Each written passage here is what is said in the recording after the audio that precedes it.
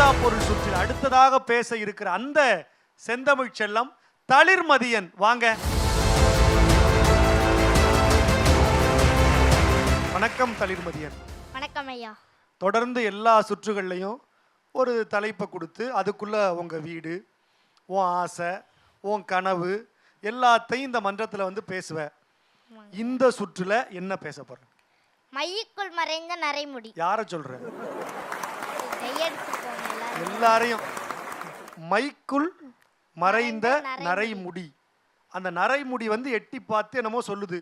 என்ன சொல்லுது அப்படிங்கிறத தளிர்மதியன் பேசுறது மூலமா நாம தெரிஞ்சுக்க போறோம். ஒரு உற்சாகமான கைத்தட்டல்களோடு. என் வெண்மை நிறச்சிரிப்போடு நான் இந்த அவையை வணங்குகிறேன். நான் தான் மைக்குள் மறைந்த நரைமுடி. எவருக்கும் வயதாகிவிட்டது என்று எச்சரிக்கை செய்ய நான் வரவில்லை. இந்த பருவத்தையும் மகிழ்ச்சியோடு வாழுங்களேன் என்று வேண்டுகோள் வைக்கவே வந்துள்ளேன். உங்களது சிறு வயதில் வறுமை, வெறுமை, சிறுமை, தனிமை என்று எத்தனையோ கொடுமைகளை கடந்து வந்த பெருமைக்குரிய நீங்கள் வெண்மை நிற மின்னல் கீற்றாய் மிளிரும் எங்களை கரும் மை கொண்டு மறைக்க பார்க்கிறீர்கள். நியாயம்தானா? நீங்கள் கடந்து வந்த கரடு முரடான பாதையின் அனுபவ அடையாளம் இல்லையா நாங்கள்?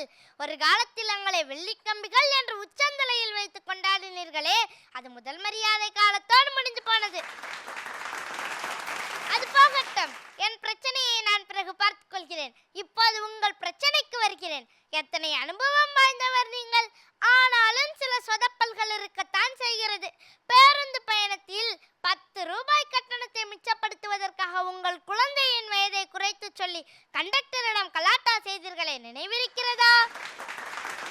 அங்கு விழுந்தது உங்கள் குழந்தையின் மனதில் ஒரு விதை. காசு பணத்திற்காக பொய் சொல்லலாம் என்ற நச்சு விதை. பக்கத்து தெருவில் இருக்கும் பெட்டிக்கடையில் பொட்டுக்கடலை வாங்க 10 ரூபாயை கொடுத்து 8 ரூபாய்க்கு கடலை வாங்கிவிட்டு 2 ரூபாயை நீயே வைத்துக்கொள் என்ற அற்புதமான வழியை அல்லவா காட்டினீர்கள் உங்கள் செல்ல குழந்தைக்கு. பிறகு நாட்டில் லஞ்சமும் ஊழலும் தலை விரித்தாடுகிறது என்றால் எப்படி இல்லாமல் போகும்? போனது போகட்டும், இனி நடப்பது நல்லதாகட்டும். படமான கோயில் பகவர்க்கு ஈயின், நடமாட கோயில் நம்பர்க்கெங்க ஆஹா. நடமாட கோயில் நம்பருக்கு ஒன்று ஈயின், படமாட கோயில் பகவர்க்கது ஆமே என்று உயர்ந்த சிந்தனையை சொல்கிறது திருமூலர் சொல்லும் திருமந்திரம். ஆம், இங்கு நடமாடும் கோவில்களாக எத்தனையோ எளிய மக்கள் வறுமையில் வாடுகிறார்கள். உயர்கல்வி படிக்க வேண்டும் என்ற ஆசையும் தகுதியும் இருந்தும் எத்தனையோ இளைஞர்கள் வாய்ப்பில்லாமல் வறுமையில் உழல்கிறார்கள். உங்களால் முடிந்தால் அவர்களின் வாழ்வில் ஒளியேற்றுங்கள், அல்லது உங்கள் பிள்ளைகளுக்கோ பேர குழந்தைகளுக்கோ அப்படி ஒரு எண்ணத்தை ஊட்டுங்கள். சுருங்கிய கண்களில் மில்லிரும் புன்னகை, பற்களில்லா வாயில் புன்சிரிப்பு, மெலிந்த உடலில் தளர்ந்த நடை, கருத்த உடலில் நரைத்த முடி என்று பெருமை தரும் முதுமையை கருமை கொண்டு மூடாதீர்கள். கவலைகளை சுமக்காத முதுமையை இனிமையானது. இன்றைய இளம் தலைமுறைக்கும் நான் சிலவற்றை சொல்ல வேண்டும். குழந்தைகளாக இருக்கும்போது விரைவாக வளர்ந்து கல்லூரி படிப்பு முடித்து வேலைக்கு போக வேண்டும் என்ற எண்ணம் வந்து கொண்டே இருக்கும். அது அனைத்தும் ஒரு நிலையை எட்டும் போது மீண்டும் குழந்தையாக இருக்கவே தோன்றும். எனவே குழந்தைகளே, இளைஞர்களே, உங்களது நிலையில் அந்தந்த பருவத்திற்குரிய பெண்களோடையே இருங்கள். எந்த ஒரு பருவமும் நம் வாழ்வில் மீண்டும் ஒரு முறை வருவதே இல்லை. ஒன்றை மனதில் பதிய வைத்துக் கொள்ளுங்கள். உங்கள் வாழ்வின் இறுதி நிலை அனுபவங்கள் நிறைந்த முதுமை என்று. உங்கள் மொழியில் சொல்வதென்றால் நீங்கள் 90s கிட்ஸோ அல்லது 2K கிட்ஸோ, எந்த ஒரு நரைமுடியையும் பூமர் என்று புறம் தள்ளாதீர்கள். ஒவ்வொரு நரைமுடிக்குள்ளும் 1000 அனுபவம் இருக்கும். அத்தனைக்கு முத்தாய்ப்பாய் ஒன்றை சொல்லி முடிக்கிறேன். தேடிச்சோறு நிதம் தின்று பல சின்னஞ்சிறு கதைகள் பேசி மன்னம் வாடி துன்பம் மிக உழன்று பிறர் வாட பல செயல்கள் செய்து நரை கூடி கிளப்பருவம் எய்திரும் வேடிக்கை மனிதர்களைப் போல இல்லாமல் பாரதி சொன்னது போல் கிடைத்த கரிய இந்த மனித பிறவியை மானுடம் பயனுற வாழுங்கள் என்று சொல்லி விடைபெறுகிறேன். நன்றி, வணக்கம்.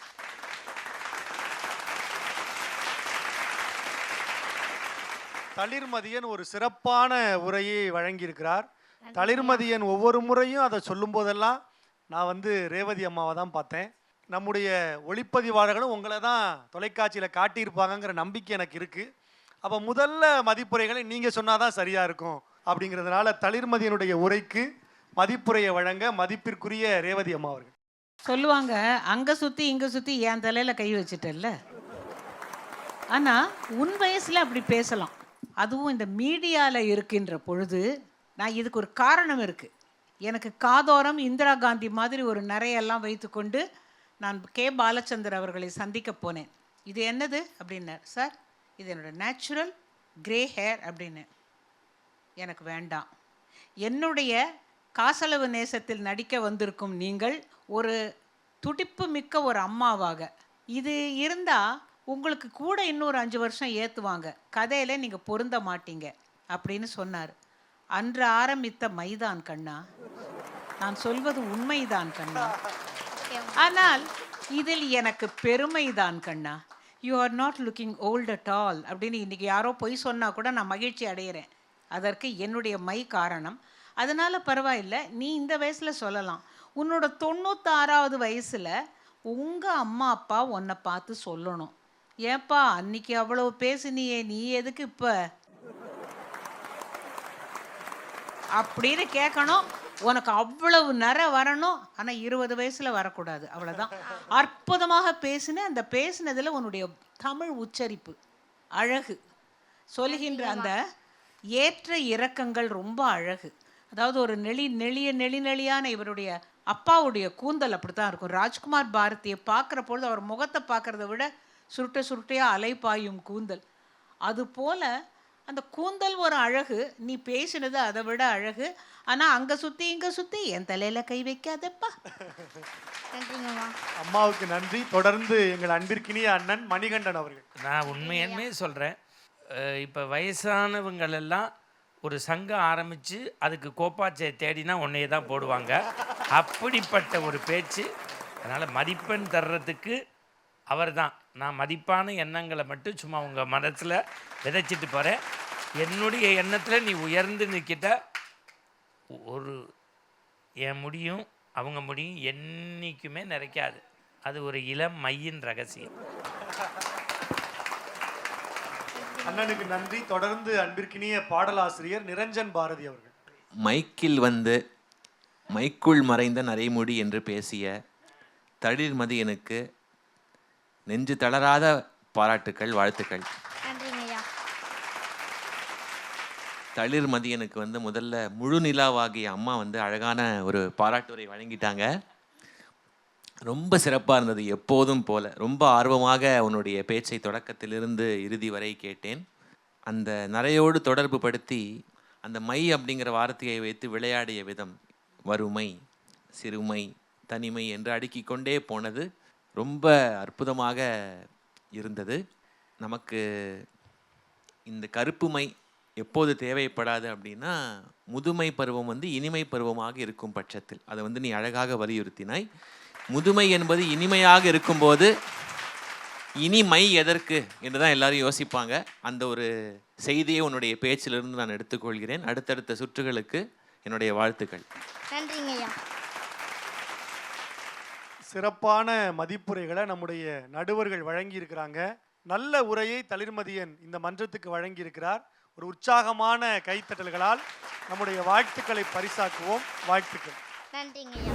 பேசா பொருளை பேசுவதற்காக இந்த இளம் பிள்ளைகள் அற்புதமான தலைப்புகளில் அரங்கேறி இருக்கிறாங்க. அடுத்ததாக இந்த அரங்கத்தில் பேசா பொருளை பேச வைப்பதற்காக இந்த அரங்கத்திற்கு வருகிற அந்த செந்தமிழ் செல்லம் சிவானி, வாங்க.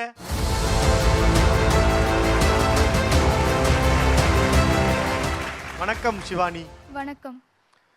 சிவானி வந்து தொடர்ந்து ஒரு வித்தியாசமான பாணியில் அவங்களுடைய உரையை அமைச்சுப்பாங்க. அவங்க பேசுகிற அந்த பேச்சு வந்து ஒரு தன்னம்பிக்கை கொடுக்குற பேச்சாக இருந்தால் நம்ம இது வரைக்கும் எதிர்பார்க்காத வித்தியாசமான செய்திகள் உள்ள இருக்கும். அப்புறம் அவங்க அப்பா குறித்து ரொம்ப நெகிழ்ச்சியோடு இந்த மன்றத்தில் பதிவு பண்ணியிருக்கிறாங்க. இன்றைக்கு சிவானி இந்த மன்றத்தில் எதை பதிவு பண்ண போகிறாங்க அப்படின்னு உள்ளபடியே ஆவலாக காத்திருக்கிறோம். பேசா பொருள் சுற்றுல எதை பதிவு பண்ண போறீங்க? விளக்கு. விளக்கு அப்படிங்கிற தலைப்புல அற்புதமாக விளக்குவதற்காக சிவானி வந்திருக்கிறாங்க. என்ன பேச போறாங்க, எப்படி பேச போறாங்கன்னு கேட்பதற்கு உள்ளபடியே ஆவலோட இருக்கிறோம். சிறப்பா பேசுங்க. வாழ்த்துக்கள். அனைவருக்கும் வணக்கம். முதலில் என்னை அறிமுகப்படுத்திக் கொள்கிறேன். ஐம்பூதங்களில் ஒன்றான நெருப்பின் உருவம் நான். 3 தேவிகளான லக்ஷ்மி, சரஸ்வதி, சக்தி ஆகியோர்கள் ஒருங்கிணைந்திருக்கும் ஓரிடம் நான். ஆக்கவும் அழிக்கவும் காக்கவும் வரம் பெற்று வந்துள்ளேன். நல்ல சிந்தனைகள், நம்பிக்கைகள் ஆகியவற்றை ஆக்கவும், உங்கள் மனதின் கசடுகளை நீக்கவும், எதிர்மறையான எண்ணங்களை அழிக்கவும், வீட்டின் அன்பு, பாசம், இறை அன்பு ஆகியவற்றை காக்கவும் நான் துணை புரிகிறேன். என் வெளிச்சமானது அனைவருக்கும் சமமாக அனைத்து திசைகளிலும் வீசக்கூடியது. எந்த ஒரு சுப நிகழ்ச்சியாக இருந்தாலும் விளக்காகிய எண்ணெய் ஏற்றிதான் தொடங்குகிறார்கள். நான் நம்பிக்கையின் சின்னமாக திகழ்கிறேன். கடினமான தருணங்கள் வரும்போதெல்லாம் நம்மால் அதை விட்டு வெளியே வர முடியும், இன்பமான தருணங்கள் காத்திருக்கிறது என்று என் ஒளி உங்களுக்கு நினைவூட்டுகிறது. நம்பிக்கை, சக்தி ஆகியவற்றின் குறியீடாக நான் திகழ்கிறேன். கடினமான சூழல்களில் கூட அதை விட்டு வெளியே வர ஒரு வழி இருக்கிறது என்ற நம்பிக்கையை நான் உங்களுக்கு தருகிறேன். இருளை அகற்றி வெளிச்சத்தை தர வேண்டியது என் கடமை. ஆனால் மனிதர்களே, நீங்களும் பிறரின் வாழ்க்கையில் வெளிச்சத்தை காட்டும் விளக்குகளாக உங்களை மாற்றிக்கொள்ளுங்கள். மீண்டும் ஒரு முறை கூறுகிறேன், என் வெளிச்சம் உங்கள் புற இருட்டை மட்டுமல்ல, உங்கள் அக இருட்டையும் விளக்கும் சக்தி என் வெளிச்சத்திற்கு இருக்கிறது. அன்பு, கருணை, நீதி இவையே உண்மையான வெளிச்சம். என் தீப ஒளி எவ்வாறு காற்றோடு கலந்து விடுகிறதோ அதுபோல் நீங்களும் ஒருவருடன் ஒருவர் கலந்து இயற்கையோடு இணைந்து வாழ கற்றுக்கொள்ளுங்கள். என் எளிமையான வாழ்வு உங்களுக்கு அதன் அழகை நினைவூட்டுகிறது. இன்று ஆடம்பரமும் வசதியும் நிறைந்திருக்கிற இன்றைய வாழ்க்கையில் எளிமையானவையும் நமக்கு மகிழ்ச்சிகளை தருகின்றன. என்னுடைய தீபம் இந்த உலகின் ஒளிகளாக நீங்கள் திகழ்வதற்கான ஊக்கத்தை தரட்டும். என் எளிமை உங்களையும் எளிமையாக மாற்றட்டும். என் நிலைத்தன்மை சவாலான இடங்களில் கூட நம்மால் முடியும் என்ற நம்பிக்கையை உங்களுக்கு தரட்டும். இவை அனைத்திற்கும் மேலாக திருவிளக்காகிய என்னுடைய தீபம் உங்கள் அனைவரின் வாழ்க்கையிலும் வசந்தங்களை வீசட்டும். எப்போதும் இறைத்தன்மையோடு பார்க்கப்படும் நான் எத்தனையோ சான்றோர்களின் வாழ்க்கையில் கல்வி விளக்கை வீசி இருக்கிறேன். ஆனால் எப்போதும் என் ஜோதி மேல் நோக்கிதான் எரியும். என்ன நடந்தாலும் ஒரு நாளும் என் ஜோதி கீழ் நோக்கி எரியவே எரியாது. அதுபோல நீங்களும் உங்கள் லட்சியங்களை வைத்து மேல் நோக்கி எரிய வேண்டும். நான் விளக்கு, அருட்ஜோதியை பரப்புகிற விளக்கு. ஆனால் அதை உபயோகிப்பவர்களின் கைகளில் தான் அந்த விளைவு எப்படி என்பது இருக்கிறது. அதை மறந்து விடாதீர்கள். எப்போதும் மகிழ்ச்சியாக இருங்கள். தீய எண்ணங்களை கைவிட்டு விடுங்கள். சாதி, மத, இன வேறுபாடின்றி, ஏழை பணக்காரன் என்ற பாகுபாடின்றி அனைவரும் ஒன்றிணைந்து வாழுங்கள். உங்கள் இதயங்களிலும் இல்லங்களிலும் இருள் சூழ்ந்திருக்கிறதா? கவலைப்படாதீர்கள். நான் வந்து விட்டேன். உங்கள் இல்லத்தையும் இதயத்தையும் ஒளிமயமாக மாற்ற வேண்டியது என் கடமை. நன்றி, வணக்கம்.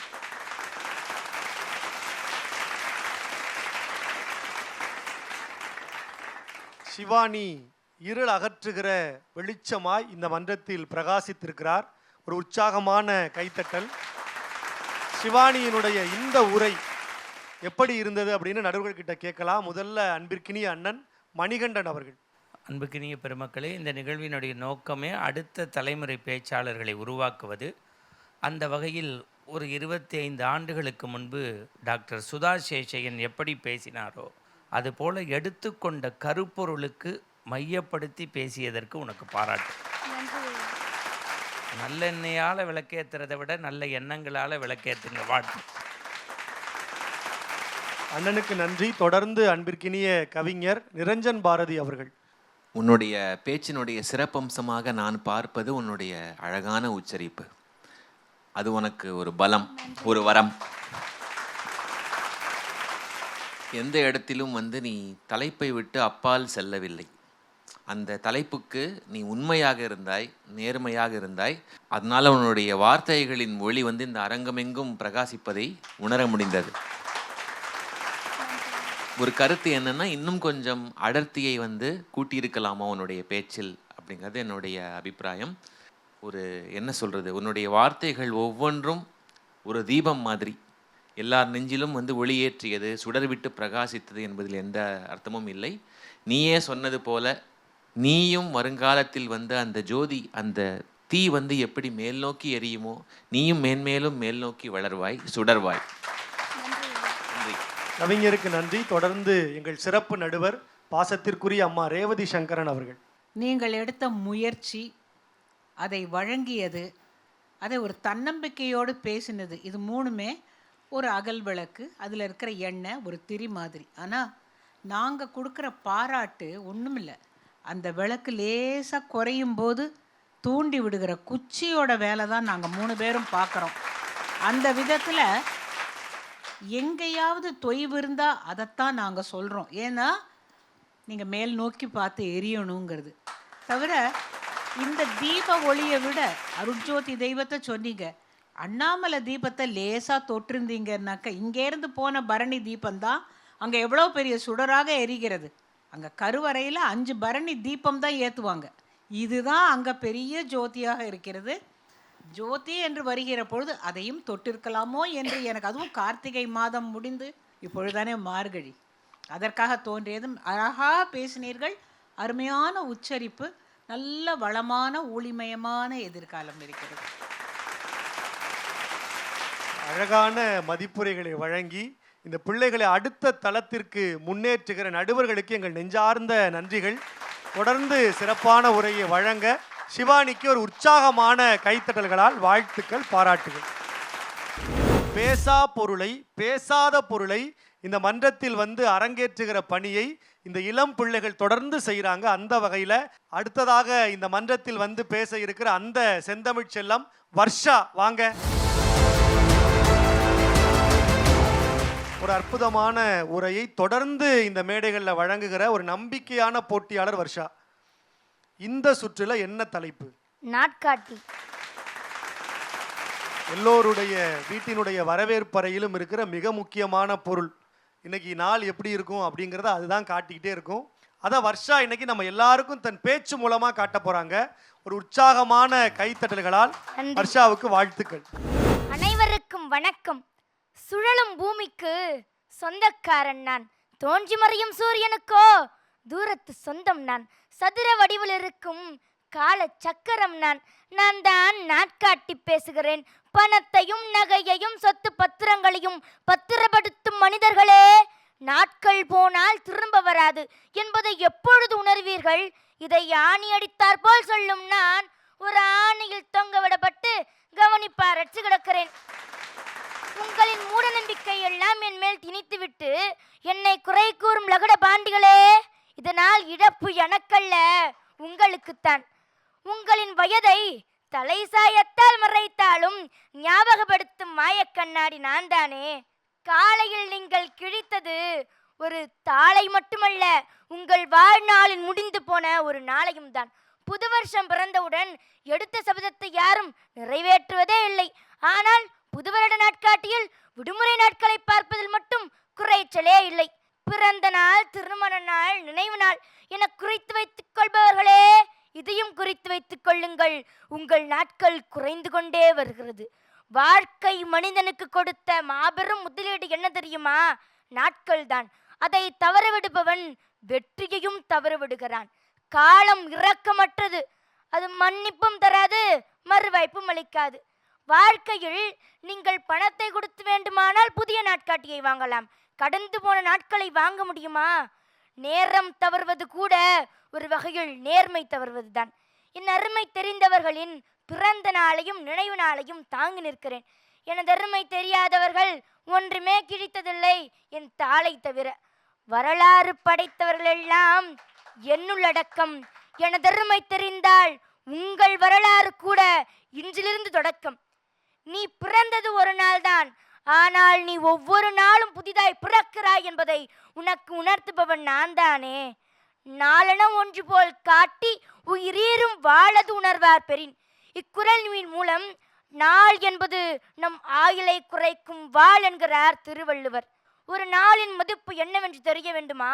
நீ இத்தனை நாளுக்கு மேலாக உயிர் வாழ மாட்டாய் என்று மருத்துவரால் அறிவிக்கப்பட்ட நோயாளிகளிடம் கேட்டு பாருங்கள், உங்களுக்கு தெரியும்.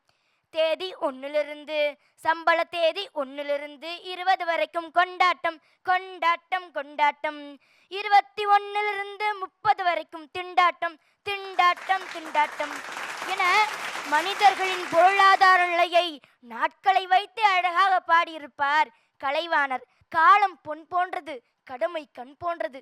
இது என் தாளில் எழுத வேண்டியவை அல்ல, உங்கள் வாழ் நாளில் எழுத வேண்டியவை.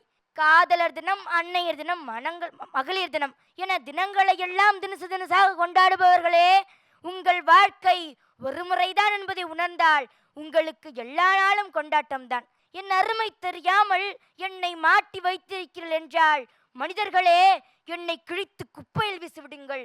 அதற்கு பதிலாக காலம் உங்களை கிழித்து குப்பையில் வீசிவிடும். நன்றி, வணக்கம்.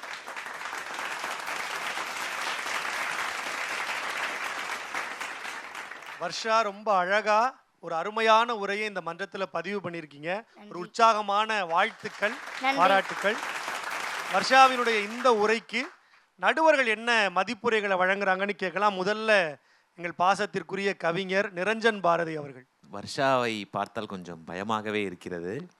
காலமே நேரில் வந்து மிரட்டி திட்டி ஒழுங்கு மரியாதையாக என்னை மதி, நான் போனால் திரும்ப வரமாட்டேன், மன்னிக்க மாட்டேன், மறுவாய்ப்பும் அளிக்க மாட்டேன் என்று அப்படியே காலரை பிடித்து உலுக்கி சொல்வது போல் இருந்தது. அந்த மாதிரி ஒரு உணர்வை நீ ஏற்படுத்திட்ட. காலத்தினுடைய அருமையை வந்து காலமே சொல்வதை போல ஒரு சிறந்த உபாயம் இல்லை. உன்னுடைய உச்சரிப்பாகட்டும், உன்னுடைய அந்த சீரான பேச்சாகட்டும், நல்ல சிந்தனைகளாகட்டும், அங்கங்கே வந்த அந்த கவித்துவமான சில மின்னல்களாகட்டும் எல்லாமே ரொம்ப ரசிக்கும்படியாக இருந்தது. உன்னுடைய திறன் நாளுக்கு நாள் கூடிக்கொண்டே போவதை பார்க்கிறோம். வளமான ஒரு எதிர்காலம் உனக்கு இருக்கிறது. வாழ்க.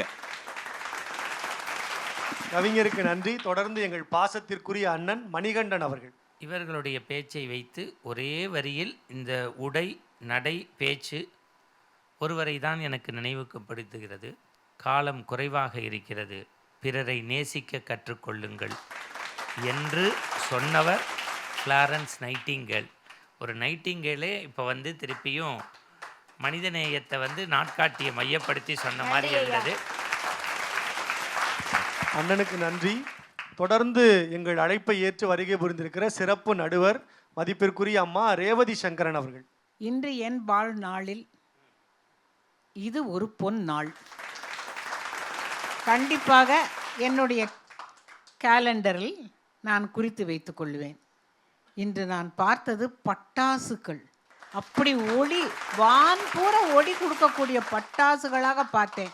ஏனென்றால் எனக்கு பூமத்தாப்பு மட்டும்தான் கொளுத்த தெரியும். உங்களைப் போல் சரவெடிகளை பார்க்கின்ற பொழுது பெருமையாக இருக்கிறது.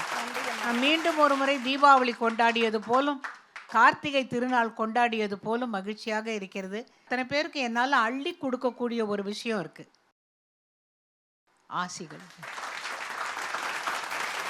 குழந்தைகளுக்கு பாட்டியா, அவங்களுக்கு அம்மாவா, இல்லை இன்னும் அம்மாச்சியா, ஆச்சியா, யார் யாருக்கு எப்படியோ, ஆனால் அள்ளி தரக்கூடிய என்னுடைய ஆசிகள் உங்கள் அனைவருக்கும், அனைவருடைய குடும்பங்களுக்கும். நீங்கள் எல்லாரும் நல்லா இருக்கணும். அற்புதமான ஆசிகளை வாழ்த்துக்களாக வாங்கியிருக்கிற வர்ஷாவுக்கு ஒரு உற்சாகமான கைத்தட்டல்களால் எங்கள் நன்றியை பரிசாக்குகிறோம். நன்றி. அடுத்தடுத்து வந்து பேசுகிற செந்தமிழ் செல்லங்கள் நம்மை வியப்பில் ஆழ்த்தி கொண்டே இருக்கிறாங்க. அந்த வரிசையில் அடுத்ததாக இந்த மேடையை அலங்கரிக்க இருக்கிற அந்த போட்டியாளர் கவினேஷ் பிரபாகரன். வாங்க. வணக்கம் கவினேஷ். வணக்கம் ஐயா.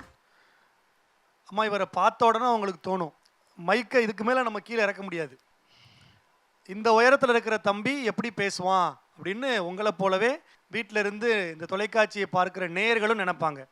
இந்த சுற்றுல என்ன தலைப்பு? காற்றில் பேசும் கைபேசி. ஓ, நம்ம எல்லார் கையிலையும் இருக்கிற அந்த கைபேசி பேச போகுது.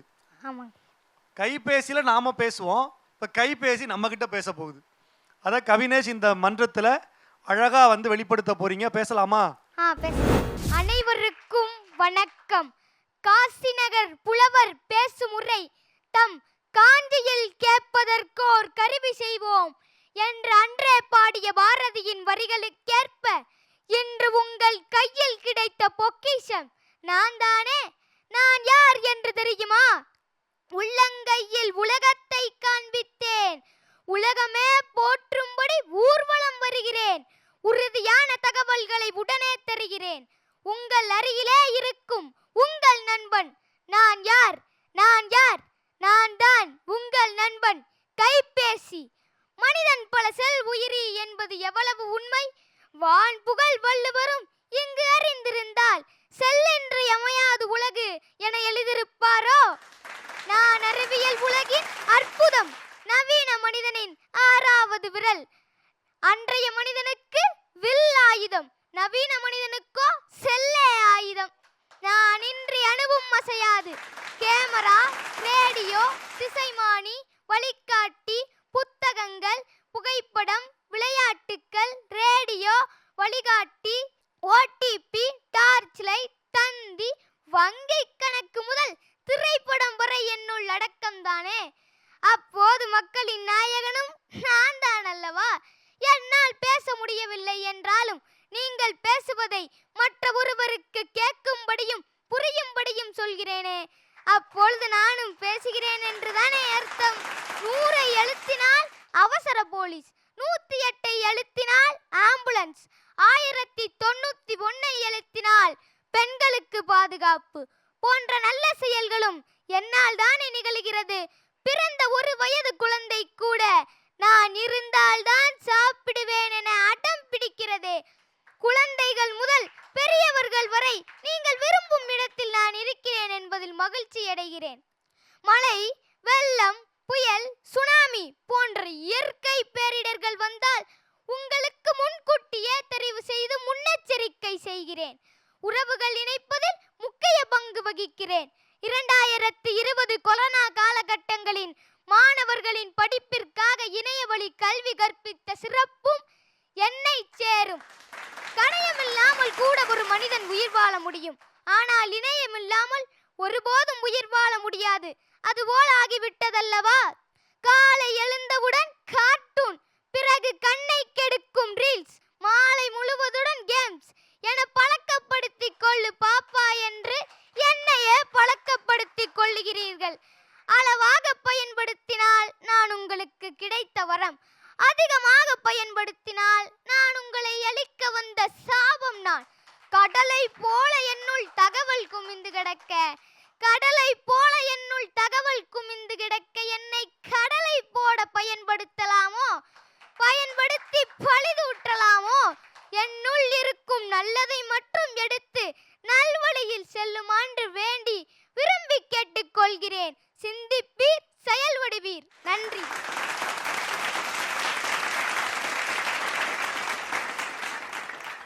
கவினேஷ் பிரபாகரன் கைபேசியாவே மாறி பேசியிருக்கிறாரு. ஒரு உற்சாகமான கைத்தட்டல் கொடுக்கலாம். உங்க பேச்சுக்கு நடுவர்கள் என்ன தீர்ப்பு கொடுக்குறாங்கன்னு கேட்கலாமா? கேட்கலாம். முதல்ல எங்கள் அன்பிற்கினிய அண்ணன் மணிகண்டன் அவர்கள். சமீபமாக செல்லை பற்றி எல்லாரும் குறைதான் நிறையா பேசுகிறோம். ஆனால் நீ அங்கொன்று இங்கொன்று சொல்லிட்டு 3 நிமிஷத்துக்குள்ளே எவ்வளவு ஒரு செல்லில் உள்ள நல்ல விஷயத்தை சொல்லி அதை நீங்கள் எப்படி பக்குவமாக கையாளணும் அப்படிங்கிறத ஒரு தீர்வையும் சொல்லிட்ட. வாழ்த்து. தொடர்ந்து அன்பிற்கினிய கவிஞர் நிரஞ்சன் பாரதி அவர்கள். கவினேஷ், நீங்கள் வந்து உண்மையாக பேசியதற்கு என்னுடைய பாராட்டுக்கள். நிறைகளையும் சொன்னீங்க, குறைகளையும் சொன்னீங்க உங்களை பற்றியே. அதற்கே ஒரு துணிவு வேணும். கைபேசி பேசியிருந்தாலும் அது பொய் பேசியாக பேசலை. இன்னைக்கு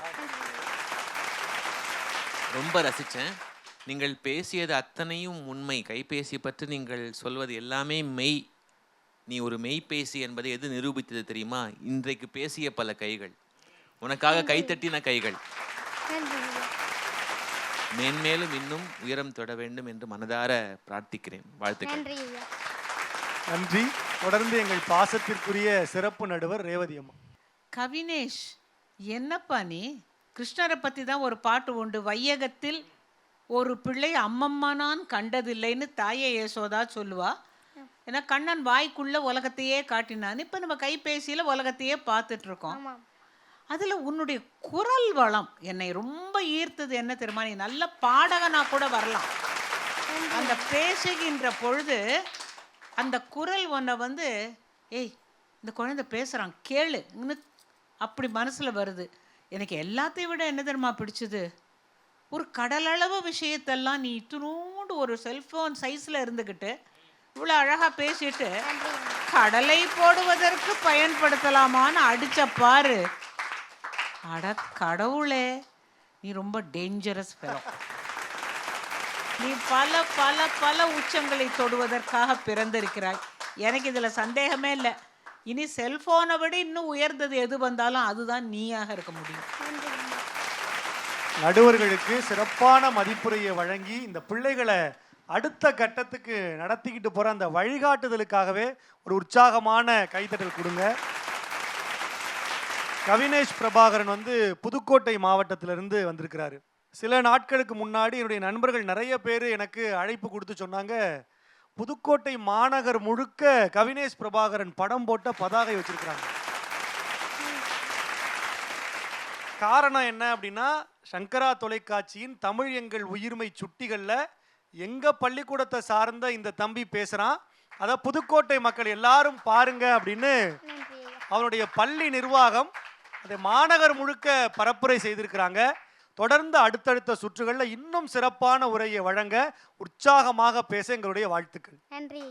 சின்ன வயசு பையனா அது இவர் தான், 3ஆம் வகுப்பு படிக்கிற தம்பி. ஆனால் பேச்சு வந்து பல மடங்கு அதிகமாக படித்தவர் போல இருக்கும் அப்படின்னு எல்லா நடுவர்களும் வாழ்த்தி எங்கள் எல்லோரையும் ஆச்சரியத்தில் ஆழ்த்தி அந்த செந்தமிழ் செல்லம் ஹாரிஸ் ராஜா வாங்க. வணக்கம் ஹாரிஸ் ராஜா. வணக்கம் ஐயா. நீங்கள் பேசுறதுக்கு முன்னாடி தான் இப்படி பணிவாக இருக்கும், எப்படி பேசுவீங்கிறது நேயர்களுக்கு தெரியும்.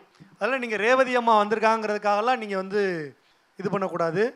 ஏன்னா அம்மாவை வந்து உங்களை பார்த்துக்கிட்டே இருக்கிறாங்க. என்ன தலைப்பு? எழுதுகோல் என்னும் செங்கோல். பேனாவே பேசுனா என்ன பேசும் அப்படிங்கிறத ஹாரிஸ் ராஜா மூலமாக கேட்க நாங்கள் ஆவலாக காத்திருக்கிறோம். எப்போதும் நீங்கள் சிறப்பாக தான் பேசுவீங்க, இன்னைக்கும் சிறப்பாக பேசுங்க. வாழ்த்துக்கள். நன்றி. அழியா தொன்மொழியாய் இனிதாய் நான் நுழையும் என் உயிர் தமிழே, உன்னை வணங்கி என் உரையை தொடங்குகிறேன். சில நேரங்களில் சில மனிதர்கள் தவறினம் தெரிந்தும் பேச முடியாமல் தவிக்கிறார்கள். பேசா பொருளாக தலை குனிந்து நிற்பவர்களுக்கு மத்தியிலே பேசா பொருளை பேச நான் துணிந்தேன் என்ற நெருப்பு கவி பாரதியின் வரிகளுக்கு சான்றாக தலை நிமிர்ந்து நிற்கும் நான் எழுதுகோல் என்னும் செங்கோல். அரசன் தாங்கும் செங்கோலை விட அறிஞன் பிடிக்கும் எழுதுகோலாகிய நான் வலிமையானவன். எழுத்தையும் எழுதுகோலையும் தெய்வமாக மதிப்பவர்களின் எழுத்து சமுதாயத்தே மாற்றும் வல்லமை படைத்தது. அகழ்வாராய்ச்சியில் கண்டெடுக்கப்பட்ட தமிழ் எழுத்துக்கள் 2600 ஆண்டுகளுக்கு முன்பே பெயர்களை எழுதும் அளவிற்கு நம் தமிழ் சமூகம் இருந்திருக்கிறது என்பதை நிரூபித்திருக்கிறது அல்லவா?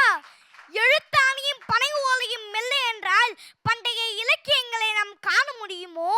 ஓலையின் இடத்தை காகிதம் பெற்றுக்கொண்ட போது எழுத்தாணி விடைபெற்று எழுதுகோலாகி எனக்கு வழிவிட்டது. ஒரு முறை குலோத்துங்க சோழன் கவி சக்கரவர்த்தி கம்பனை அவமதித்ததால் சோழ அரசவையிலிருந்து வெளியேறிய கம்பனிடமிருந்து வெடித்து வந்தது ஒரு வெண்பா. சோழனின் அரசாங்கம் அழிந்த பின்னும் கம்பனின் வெண்பா இன்னும் சுடர் வீசி நிற்கிறதே. செங்கோல் விழுந்த பிறகும் எழுதுகோலாகிய நான் நித்தியமாய் நிற்கின்றேனே. எட்டயபுர கவிச்சிங்கம் பாரதியின் விரல்கள் பிடிக்கும் போது நாம் இருக்கும் நாடு நமதென்ற வற்பத்தை உணர்த்தினேன். புரட்சி கவி பாரதிதாசன் விரல்களில் தவழும் போது தமிழ் உணர்வின் வாசலை திறந்து வைத்தேன். நான் படித்ததில்லை, என்னால் படிக்கிறார்கள். எனக்கு எல்லா மொழியும் தெரியும், ஆனால் பேசத் தெரியாது. இதோ உங்கள் முன் பேசிக் கொண்டிருப்பவனின் வார்த்தைகள் பேசாத என்னால் தானே. இப்படி எத்தனை கவிஞர்களையும் பேச்சாளர்களையும் பேச வைத்துவிட்டு நான் இருக்கும் இடம் தெரியாமல் இருந்து விடுகிறேன். என்னை பயன்படுத்தி கொண்டு தொலைத்து விடுபவர்களும் உண்டு. இந்த உலகே வெல்லக்கூடிய வல்லமை படைத்தவன் நான். அதனால் தான் எல்லோரும் என்னை இதயத்திற்கு அருகிலே வைத்திருக்கிறார்கள். இதயத்தின் பக்கத்தில் இருப்பதால் எனக்கும் இதயம் உண்டு. அதனால் தான் நீதிமன்றத்தில் நீதிபதி தூக்கு தண்டனை வழங்கிய பிறகு என் உயிரே நானும் மாய்த்துக் கொள்கிறேன். பல பாமரரின் கைரேகை கையெழுத்தானது என்னால் தானே. கத்தி முனையை விட பேனாவின் முனை கூர்மையானது. இத்தனை வல்லமை படைத்த நான் நீ தட்டச்சு செய்யும் போது உன் சட்டை பையிலிருந்து எட்டி எட்டி பார்த்து ஏங்குவது உனக்கு தெரியவில்லையோ? 1000 சேனைப்படைகளும் என் ஆயுத எழுத்துக்கு அடிபணியுமே. வைகத்து மொழியெல்லாம் என் வாய்முனை வடித்திருமே இலக்கண இலக்கியமாய். எத்தனை மொழிகளை எழுதினாலும் அத்தனைக்கும் எழுத்தழகு சேர்க்கிறேனே. கால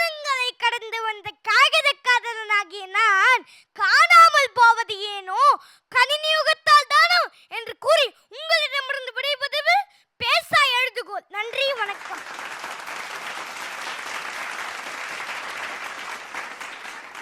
பேசாத எழுதுகோல் இப்படியெல்லாம் பேசுமா அப்படின்னு ஹாரிஸ் ராஜா பேச்சை கேட்டு நாங்கள் நிறைய கற்றுக்கிட்டோம். ஹாரிஸ் ராஜாவினுடைய இந்த உரைக்கு நடுவர்கள் என்ன மதிப்புரைகளை சொல்கிறாங்கன்னு கேட்கலாம். முதல்ல எங்கள் பாசத்திற்குரிய அண்ணன் மணிகண்டன் அவர்கள். 30 வயதில் பேனா பேசுவது ஆச்சரியம் அல்ல. 300 வயது பேனாக்களை கூட நாங்கள் பார்த்து காட்சி பொருளாக்கி இருக்கிறோம். ஆனால் 3ஆம் வகுப்பு பேனா இப்படி பேசினால் இந்தியா இன்றே வல்லரசாகிவிடும் என்கின்ற நம்பிக்கை எங்களுக்கு இருக்கிறது. உண்மையிலேயே உன்னை மனமாற வாழ்த்துறேன். நான் கும்பிடுற சாமிகிட்ட இன்னும் நீ 100 வருஷம் நல்லா இருக்கணும்னு வேண்டிக்கிறேன். அண்ணனுக்கு நன்றி. தொடர்ந்து அன்பிற்கினிய பாடலாசிரியர் நிரஞ்சன் பாரதி அவர்கள். சங்கரா டிவி வந்து இன்றைக்கு தனக்கு ஒரு புதிய வரலாற்றை ஹாரிஸ் ராஜா என்னும் எழுதுகோலால் எழுதி பெருமை அடைந்திருக்கிறது. ரொம்ப சிறப்பு. நீ வந்து உன்னுடைய பேச்சை வந்து நிறைவு செய்யும் போது உங்களிடமிருந்து விடை பெறுவது பேசா எழுதுகோல் அப்படின்னு சொன்னேன். ஆனால் முதன்முறையாக நாங்கள் அனைவருமே இன்றைக்கு பேசுகின்ற ஒரு எழுதுகோலை கண்ணுற்றோம். அதாவது பேனாவை பற்றி ஒன்று சொல்லுவாங்க, என்னன்னா நாம் வந்து குனிந்து எழுதுகிறோம், அப்படி எழுதி எழுதி நம்மை அது நிமிர்த்துகிறது என்று சொல்வார்கள். அப்படி அந்த வாசகத்தை நினைவுபடுத்தியது உன்னுடைய பேச்சு. வாழ்த்துக்கள். மேலும் மேலும் புதிய வரலாறு எழுதி கொண்டே இரு. நன்றி.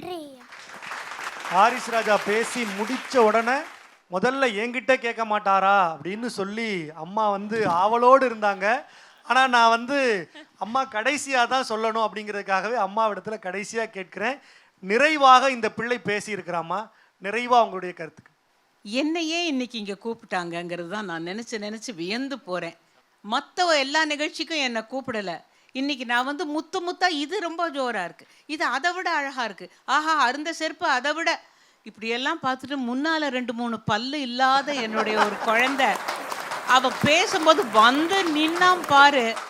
நீ உன்னுடைய நீயாகிய பேனா என் இதயத்தில் மாறாதபடி அன்பு வார்த்தைகளை எழுதி விட்டாய். நன்றி என் செல்ல பேரா. நிஜமா இப்படியெல்லாம் கூட ஒரு குழந்தையால பேச முடியுமா அப்படின்னு நான் வியந்து போனேன். எல்லாரையுமே கண்டு வியக்கிறேன். ஆனால் இது தொடாத இடமே இல்லை. நம்ம எவ்வளோ அலட்சியமாக எழுதிட்டு அப்படி தூக்கி போடுறோம். இனிமேல் நான் பேனாவை எடுத்து கண்ணில் ஒத்திட்டு வச்சுப்பேன். ஏன்னா ஹாரிஸ் கிட்ட எனக்கு பயமாக போச்சு இப்போ. ஏன்னா அவன் எங்கே இருந்தோ சொல்லியிருக்கான், பேனாவை மதிக்க கற்றுக்க பாட்டி அப்படின்னு அவன் கிட்ட இருந்தால் சொல்லுவான்னு நினைக்கிறேன். பேனாவை மட்டும் இல்லை, உன்னையும் சேர்த்து என் இதயத்தில் எழுதி கொண்டு விட்டேன். நடுவர்களுடைய அன்பான வாழ்த்து செய்தியை வசமாக்கி இருக்கிற ஹாரிஸ் ராஜாவுக்கு ஒரு உற்சாகமான கைத்தட்டுக்கள், பாராட்டுக்கள், வாழ்த்துக்கள். தமிழினுடைய செழுமையையும் வளமையையும் பேசாத பொருள் என்கிற ஒரு புதுமையான சுற்றுல இந்த குழந்தைகள் பேச கேட்பது உள்ளபடியே ஆவலாக, அற்புதமாக, ஆச்சரியமாக இருக்கு. இன்னும் ஆழமாக என்ன பொருளை பற்றி எப்படி பேச போறாங்கன்னு நடுவர்களோடு சேர்ந்து நானும் ஆச்சரியமாக காத்திருக்கிறேன். நீங்களும் உங்கள் இல்லங்களில் இருந்தபடி ஆச்சரியமாக காத்திருப்பீங்க. தொடர்ந்து உங்களை நாளை சந்திக்கிறோம். இது பேசா பொருள் சுற்று. ஸ்ரீ சங்கரா தொலைக்காட்சி பெருமையோடு வழங்குகிற தமிழ் எங்கள் உயிர்மை சுட்டிகள். இது செந்தமிழ் செல்லத்திற்கான பிரம்மாண்ட தேடல்.